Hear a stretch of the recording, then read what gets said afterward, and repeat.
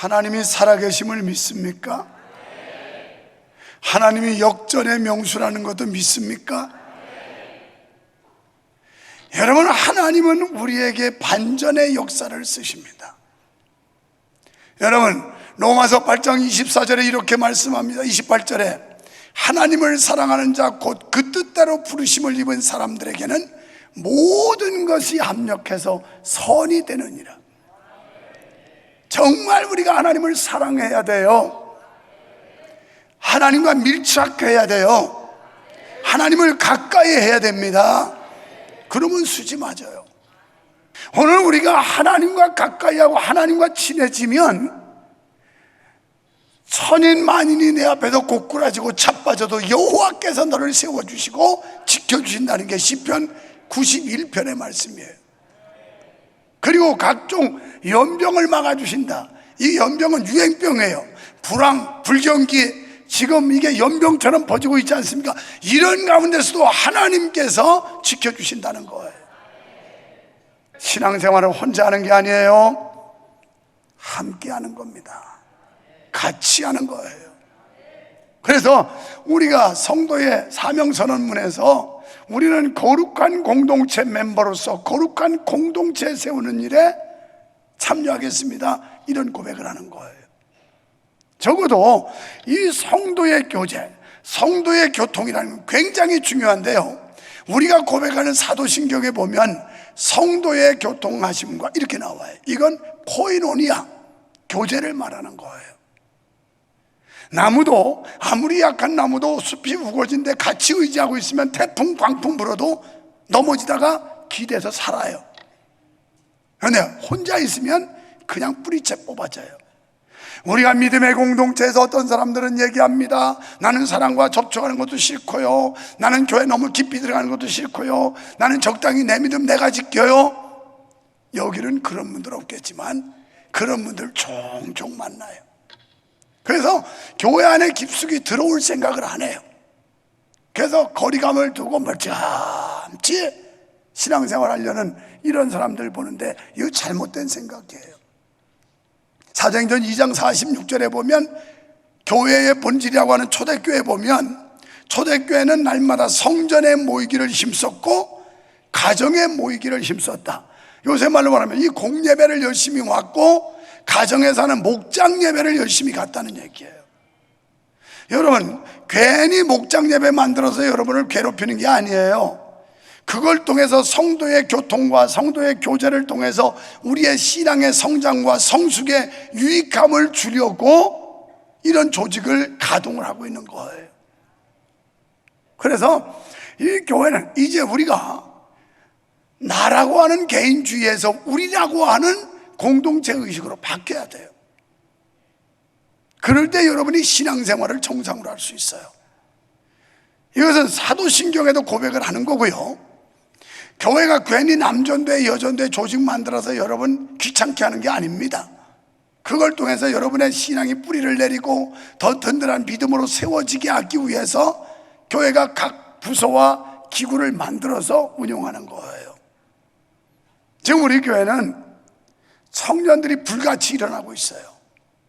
전에는 1부, 2부, 3부까지는 해도 사람들이 적당히 어지간하니까 설교하는 신이 낯서고 재미가 있었는데 4부로 가면 점심 먹고 식곤증에 목상하고 힘들고, 그러니까 힘이 푹 빠져가지고 소리만 뻑뻑 지르고 설교를 했어요.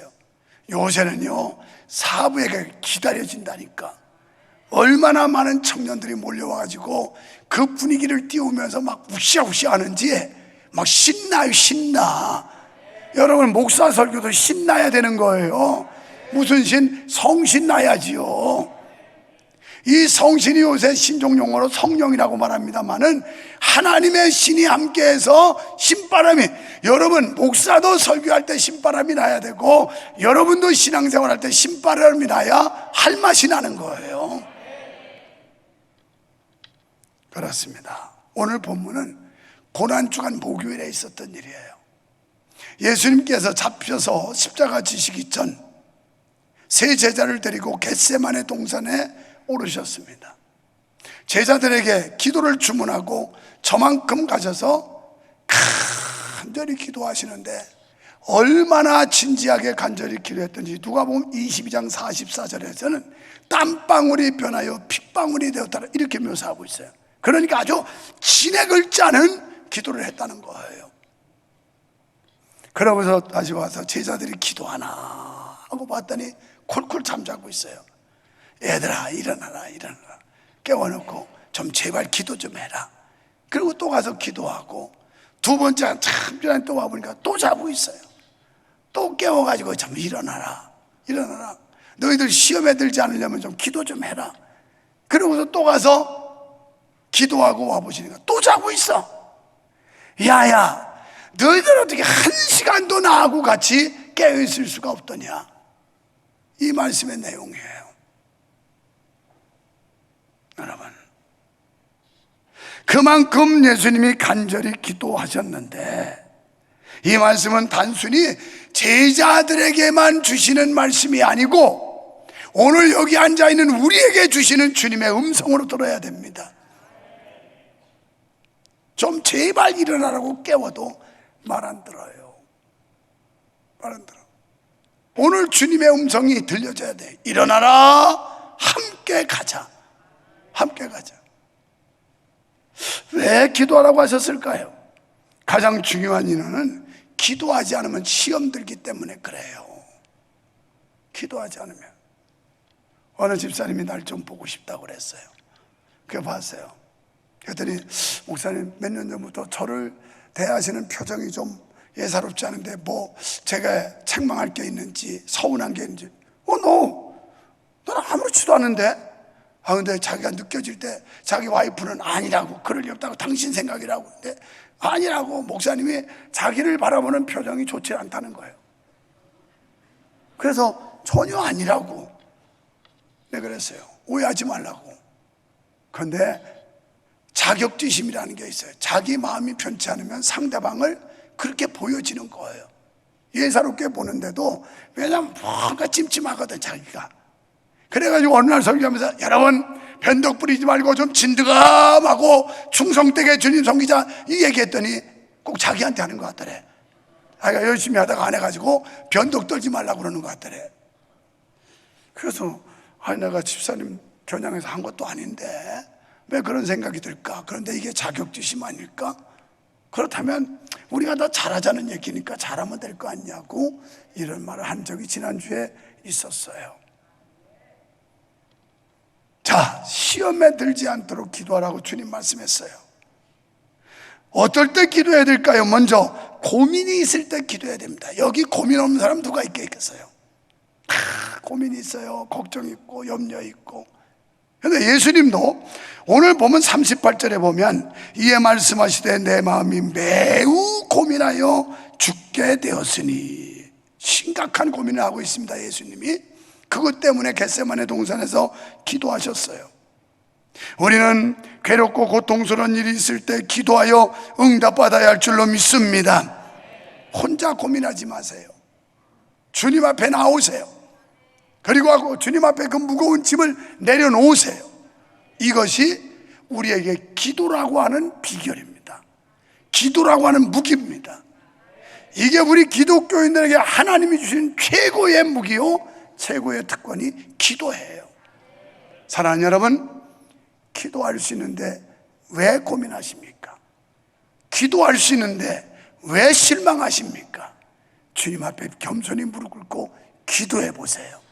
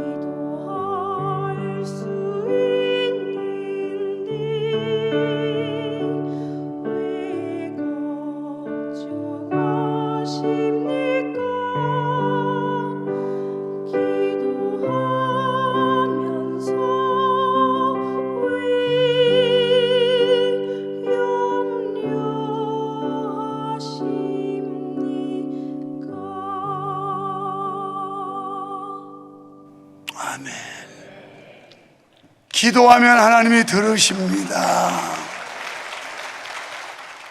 두 번째, 시험 들지 않도록 기도하라. 시험 들지 않도록. 사람들은 시험 얘기 잘해요. 자기가 삐져가지고 안 나오면서 시험 들었대요. 여러분, 하나님은 감당치 못할 시험은 주시지도 않고 시험 당할 쯤엔 피할 길 열어주신다는 게 하나님의 말씀이에요. 그럼 시험 들었다는 말이 적절한 말이에요? 아니에요. 무슨 시험? 자기가 삐진 거지.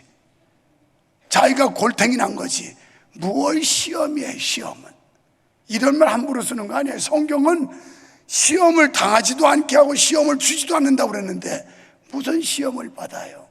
왜? 기도 안 하니까 그래요. 기도 안 하면요, 심령이 딱딱하게 굳어집니다. 이게 영적 경화증이에요. 간경화라고 하는 병이 있는데 그건 간이 딱딱하게 굳어서 제 기능을 감당 못하는 게 간경화예요. 오늘날 교회 안에 영적 경화증에 걸린 사람들이 얼마나 많은지 몰라요. 감동도 없고 감화도 없고 감격도 없고 감사도 없고 다 없어. 이런 게 없으니까 땡감이야, 땡감. 땡감은 뜰버서 못 먹어. 오늘 우리의 믿음이 회복되기를 축원합니다. 시험에 들지 않도록 깨어 기도하라. 이렇게 예수님 말씀하셨어요. 우리가요, 기도하지 않으면 하나님의 음성을 들을 수도 없고요, 기도하지 않으면 하나님의 역사를 보지도 못해요. 기도해야 영안이 밝아지고 기도해야 귀가 열리게 되고, 그래서 하나님의 역사를 볼 수 있고 하나님의 음성을 듣고 깨닫게 되는 줄 믿습니다. 세 번째는 주님의 때가 가까움으로 기도하라 그랬어요. 베드로전서 4장 7절에서 재림 전에 깨어있어 기도하라고 말씀하셨습니다. 때가 임박하기 때문에 기도하지 않으면 시험 들고 시대를 분별하지를 못합니다. 특히 예수님의 재림이 임박해 오면 사탄의 발악이 극심해지기 때문에 더더욱 기도해야 합니다. 예수님은 큰 일이 있을 때마다 그분은 집중적으로 기도했습니다. 우리는 어느 때 어떤 일을 당할지라도 스스로 겸비하여 하나님 앞에 기도하는 성도가 되어야 할 줄로 믿습니다. 베드로전서 5장 8절로 9절에 보면요, 깨어라 근신하라 너희 대적마귀가 우는 사자처럼 삼킬 자를 두루 찾느니라, 이렇게 말씀해요. 그러니까 지금 이 교회 안에도 매가 쥐를 잡으려고 병아리를 낚아채려고 위에서 빙빙 돌듯이 지금 명성교회 천장에서 빙빙 돌면서 누구를 낚아챌까, 누구를 잡아갈까 우는 사자처럼 삼킬 자를 찾는다는 게 성경이에요.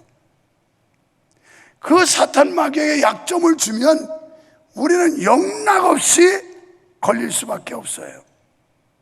여러분, 사단은 어떤 거냐? 디아스폴로스라고 하는 말인데 헬라어로 이건 사탄 마귀라는 뜻이에요. 그럼 사탄 마귀의 정체는 뭐냐면 없는 말을 지어낸다, 이런 데 거짓말하는 영이에요. 그리고 이 사탄은 자꾸 이간질, 틈을 벌린다.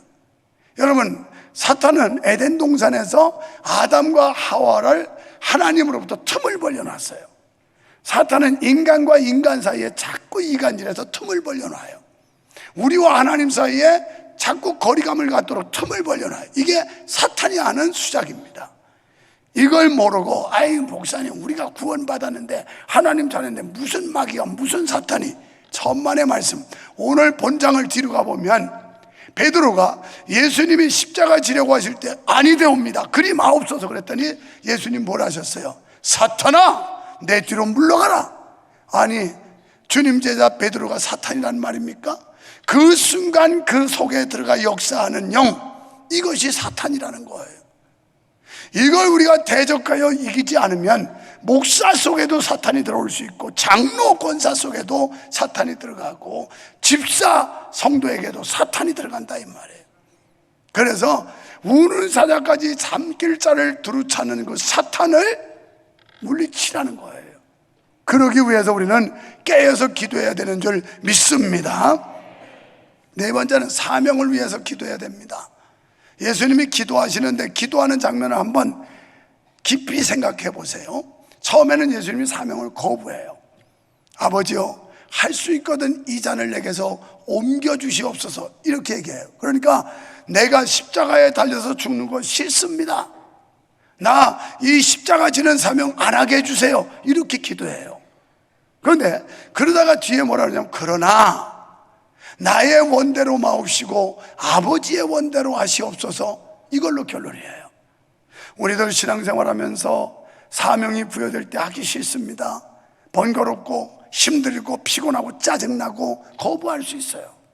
그렇지만 그러다가도 이게 주님의 뜻이라면, 이게 주님이 원하시는 일이라면 제가 해보겠습니다, 순종해보겠습니다, 이게 바른 믿음이에요. 나 그런 거 싫어하거든요. 나 죽어도 안 해요 그런 거. 그런 걸 시키면 나 간다니까요. 어디로? 천당으로? 빨리 가세요. 그렇게 일하기 싫으면 빨리 천당으로 가라고.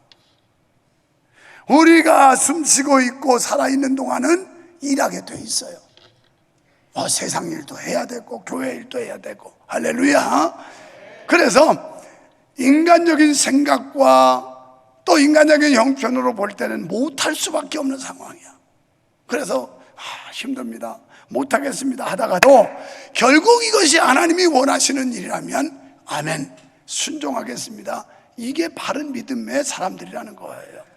끝까지 뻗대면서 그런 식으로 사람 압박하면 나 딴 교회로 옮깁니다 막 이러면서, 그죠? 제일 협박하는 게 좋은 게 그러면 나 교회 옮깁니다 그러죠. 그런데 그게 다른 목사님한테는 잘 통해요. 그런데 명성교회 유목사한테는 지금까지 한 번도 안 통했어요. 장로 권사가 옮긴다고 가가지고 왜 그러냐고 맘 달래고 추스르고 다시 오라고 한마디도 안 합니다. 그래? 당신하고 나와의 관계는 여기까지구만. 그러다면 갈 길로 가. 갈 길로 가. 왜? 이 사람들이 말하기 좋은 대로 우리 떠나면 교회가 지장이 있을 텐데 막 이래요. 하나님이 뭘 했어요? 예수님이 야야야야, 너희가 혈통적 아브라함의 후손이라는 것 때문에 자만에 빠져있고 교만하지 말아라. 하나님은 이 돌들을 명해서도 아브라함의 자손을 만들 수 있다, 이런 하나님 믿어야 되는 거예요. 불가능을 가능케 하시고 없는 걸 있게 하시고 광야에서 바람을 불어 메추라기를 먹이시고 만나와 물을 내게 하시던 그 하나님, 그 하나님이 지금도 동일한 하나님이라면 여전히 살아계신 분이라고요. 여러분, 우리가 주님 사명받아서 일하다 보면 힘들고 지치고 어려울 때 있어요. 어떤 때는 비유에 맞지 않아서 짜증날 때도 있어요. 그래도 그 기도하면 소화할 수 있어요. 기도하면 위기를 넘어갈 수가 있어요. 여러분, 부부가 살아도 갈등과 반목이 얼마나 많던가요? 그래 찍자 찍어, 너하고는 도저히 못 살겠다. 그럴 때도 자식들 때문에 참고 인내하고 여러 가지 인간사에서 그것 때문에 참고 견디다 보면 또 고비를 넘어가는 거예요. 믿음 생활 똑같은 겁니다. 어느 교회 가도 별 수 없어요. 유목사보다 다 훌륭하지만 별거 아니에요. 별거 아니에요. 옆에 사람 보고 우리 교회 좋은 교회입니다. 우리 목사님 좋은 사람입니다. 진심으로 해. 진심으로 겉으로 하지 말고. 자, 사명을 위해서 결국 제자들은 잠들었어요. 한 번 깨우고 두 번 깨우고 세 번 깨우고도 자고 있어. 그러면 우리만 같으면 그래 자빠져 자라. 아이고 이거 구제불능인 것만 이거 안 되겠네. 나 혼자 가야 되겠다. 예수님 그렇게 가지 않았어요. 예수님은 일어나라 함께 가자. 내가 지금 사명의 길을 간다. 내가 인류의 죄를 대속하기 위해 십자가 달리는 길을 간다. 사랑하는 제자들아 함께 가자. 이게 주님 음성이에요. 함께 가자. 내가 너희를 박치고 갈 수 있지만 그러나 너희들 나와 함께 가자. 사랑하는 성도 여러분, 우리가 명성교회 공동체의 일원으로서 나는 내 믿음 나 지키고 다른 사람 자기 지키는 것이 아니라 우리가 함께 가자고 주님의 마음 갖고 우리 일어납시다. 힘을 모읍시다. 같이 갑시다. 이렇게 격려해야 될 줄로 믿습니다. 저도요 지금까지 목사하면서 일어나라 함께 가자고 하는 이 가자라고 하는 헬라어, 이게 그렇게 깊은 뜻이 있는 걸 이번에 설교 준비하면서 처음 깨달았어요. 헬라어로 이건 무슨 말이냐면 아고멘이라고 하는 단어예요. 아고멘. 그런데 아고멘이라는 말인데 이것은 앞으로 행진, 전진하라, 쉬지 말고 가야 한다, 이런 의미를 가진 군사적 용어입니다. 그러니까 예수님께서 예수를 수십 년 믿은 우리를 향하여 쉬지 말아라, 앞으로 가야 된다, 전진해야 된다, 이 말씀을 하고 있는 거예요. 교회가 이제 뭐 이만큼 든든해지면 아이 그래 내가 얼마나 한다고 적당히 그저 적당히 하다가 물러나면 되지, 이럴 수 있어요. 여기가 좋사오니 여러분도 이 정도면 뭐 더 바랄 게 없는데 뭘, 이럴 수 있어요. 예수님 마음 가집시다. 아이고 뭐 내 믿음 내가 지키고 저 사람 믿음 자기가 지키는 게 내가 알 게 뭐야. 성가대도 그러는 게 아니에요. 쓸만한 사람 있으면 우리 같이 하자고, 우리 함께 합시다. 교회 일을 할 때도 우리 함께 합시다. 우리 힘을 모아봅시다. 우리 협력합시다. 이렇게 분위기를 막 띄워야 느슨했던 사람들이 아유 그래야 되겠네, 이거 분위기상 내가 가만히 앉아있으면 이거 쪽팔리겠네, 나도 뭘 해야 되겠네, 이런 분위기가 떠야 교회가 막 힘있게 부흥을 하지. 그냥 뭐 너는 나, 나는 나, 이렇게 되면 교회가 맹숭해져요. 이제 시간이 많이 가서 맺으려고 그래요. 예수님 마음 가지고 일어나라, 함께 가자. 우리 모두가 함께 하시기를 축원합니다. 나태와 태만, 낭만과 실망으로 주저앉아 있는 우리에게, 기도의 잠, 봉사의 잠, 예배의 잠에 빠져있는 우리를 향한 주님의 음성 들으시기를 바랍니다. 이제 우리 모두 예수님의 마음을 가지고 잠들어 있는 성도 한 사람 한 사람을 깨우는 우리 모두가 되기를 간절히 소원합니다.